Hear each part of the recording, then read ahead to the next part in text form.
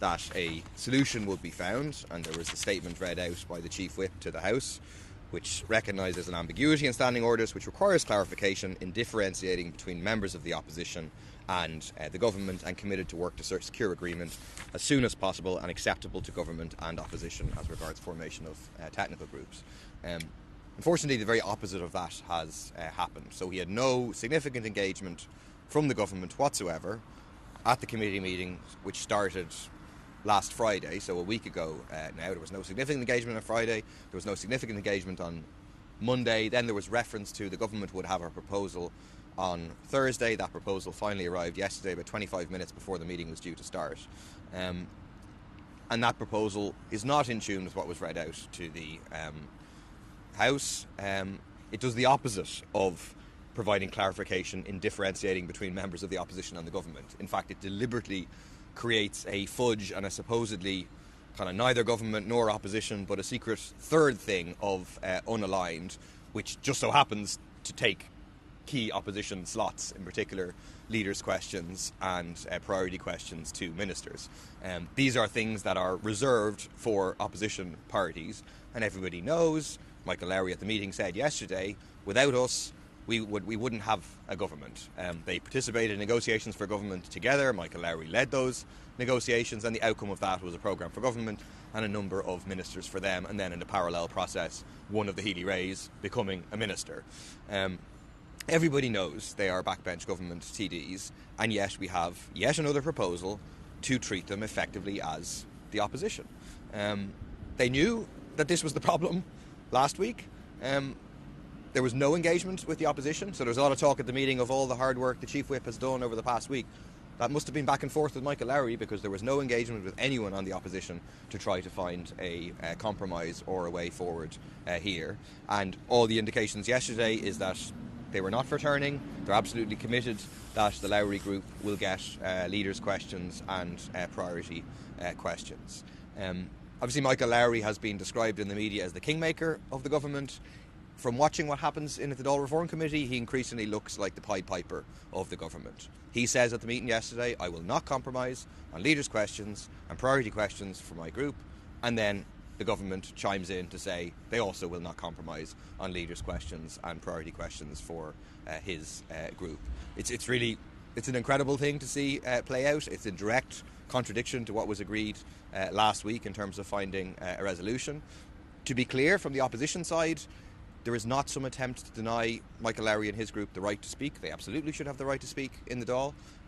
We have said we're willing to amend standing orders to say that they can be recognised as a technical group within government. They can be represented on the Dáil Business Committee and on the Standing Orders Committee, and should be assured their rights to speaking time from within government time.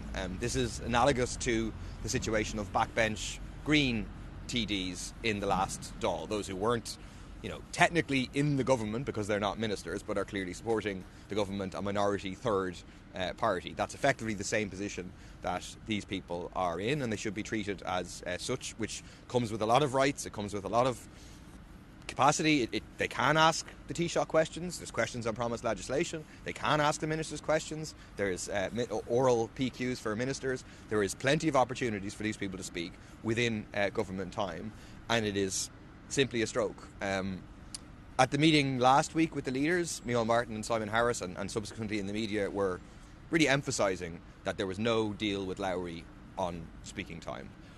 I have to say, people who saw them say that said that they seemed to say it with sincerity, but the evidence would suggest that there's a deal here. It's very, very hard to explain the government's behaviour if they don't have to try to allow Lowry to be on the opposition benches, to facilitate it with key opposition slots in terms of leaders' questions and priority questions. Why are they bending over backwards? Why are they creating this new imaginary category of unaligned, which, by the way, exists in standing orders but means something different than what they're talking about? What unaligned currently means is you're not in a political party or technical group.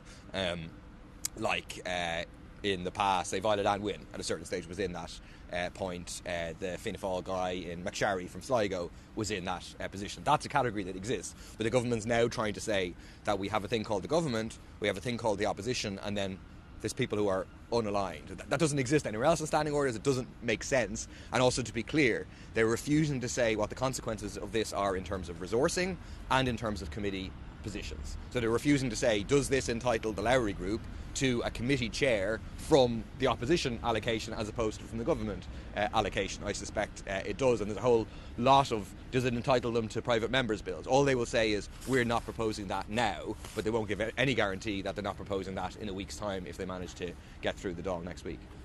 Paul, if, as you seem to be suggesting, that the mood music is that there's unlikely to be any sort of sudden breakthrough in the next couple of hours, what's going to happen next week? Are we just going to have a repeat of what happened last week? So let's see. I mean, what I hope is that the government will have done some reflection over the evening. We'll have hopefully spoke to their party leaders, the Taoiseach and Taoiseach, and will be actually willing to compromise, which is conceding on the fact that they cannot be treated as if they're opposition TDs. They cannot get leaders' questions and priority questions, but should be assured their rights as a technical group within the government. Like, that's what I'm hoping for. We will see in half an hour whether there is any move in relation to that. If there isn't progress today on that, and we're willing to discuss like what that looks like in terms of a technical group arrangement and so on, but if there isn't progress on that, then the next point kind of technically is that there will be another meeting of the Dáil Reform Committee, presumably next Tuesday, in person, and a formal meeting which is capable of voting on that. And then, at the moment, it certainly looks like the government will try to use their majority at the Dáil Reform Committee and at the Business Committee to ram through this proposal in contradiction to what was said. If that's what happens, and we hope that isn't what happens, then I really don't see how the opposition is left with any choice but to protest robustly next week and not to accept this, significant incursion into the rights of the opposition to hold the government to account. I think we have a duty to protect our ability to do that, and so that's certainly why I hope that there is move this morning from the government. What does that mean to protest robustly? Are you talking about not participating in Dáil proceedings? We haven't discussed exactly what that looks like. There are a variety of options, and we'll need to consider that. But certainly from our perspective, we cannot just allow this stroke to take place for the rights of the opposition to be undermined in a very, very significant way, and then just to accept that business goes ahead as normal. Obviously, there's lots of things we want to debate. We want to debate the impact of the storms, all the people who are still left without electricity. We want to debate the programme for government.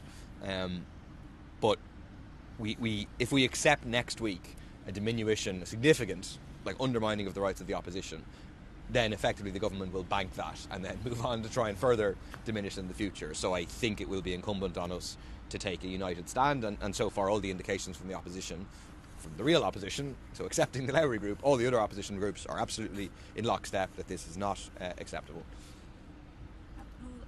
Is it your belief, just from what you've heard over the course of the meetings the last number of days, that the idea of the Lowry Group getting opposition Speaker General was part of negotiations for going back to government, that this came up over that period of time? There's two contradictory pieces of information. One is Neil Martin and Simon Harris swear that there was no deal on this. They've said that publicly and they've said that privately. On the other hand, you have the government really bending over backwards to facilitate Michael Lowry, trying to create a whole new category, just trying to find one way and being absolutely obstinate in that, not being willing to compromise. That, for me, certainly raises a question over the protestations that there was no such deal. I don't understand. What's currently happening does not make sense unless there is a deal with Lowry. That's the funny thing, is if Lowry is, as he now claims to be, not supporting the government, going to choose on a case-by-case basis, then why on earth is the government bending over backwards to facilitate them in the way that they're doing? So certainly it seems to me now that there's a lot of evidence, that circumstantial evidence, to go towards the fact that there is some deal here, that the government feels obliged to follow Lowry down every track, facilitate him in any way. Like I said at the meeting yesterday, a key turning point was when he came in and said, I won't be accepting any compromise, and then the government just followed him in that and not accepting a compromise. Well, do you feel, or is there impression amongst opposition that you've been led along? Because there was suggestions last week that there was ambiguity within the standing orders, but it seems the government has taken the same position that it has prior to that. So do you feel like there's some sort of impression that you've been led along? I mean, let's see. I don't want to preempt the outcome of today's meeting. Maybe today's meeting will happen in better faith, and maybe there'll be possibility of compromise. But if we end up at the end of this process where we are now, then certainly in hindsight it will look like an agreement was reached last week, giving an indication that they would do clarification in differentiating between members of the opposition and the government. They would do it in such a way as soon as possible and acceptable to government and opposition. They agreed to say that, and then they didn't follow through on any of those things. So they just did it to get over the hump of the necessity of getting Micheál Martin elected as Taoiseach, and then effectively counted on just being able to use their majority to bulldoze this through. I think they've made a strategic error in that. I think they underestimate how opposed the opposition are to this, and they also underestimate the attitude of the public to this. I mean, it was interesting. There was a number of comments from government TDs yesterday saying, the opposition, the public, they're opposed to both sides on this, and they're angry at both sides. And whereas the truth is that's not my experience. My experience is the public is surprisingly engaged on this issue. On the face of it, it's a relatively technical issue to do with standing orders in the Dáil, but I think people get it, that this is a stroke to facilitate Michael Lowry, it's a stroke to undermine the position of the opposition. So I think the government will be making a significant mistake if they continue on the road that they're on.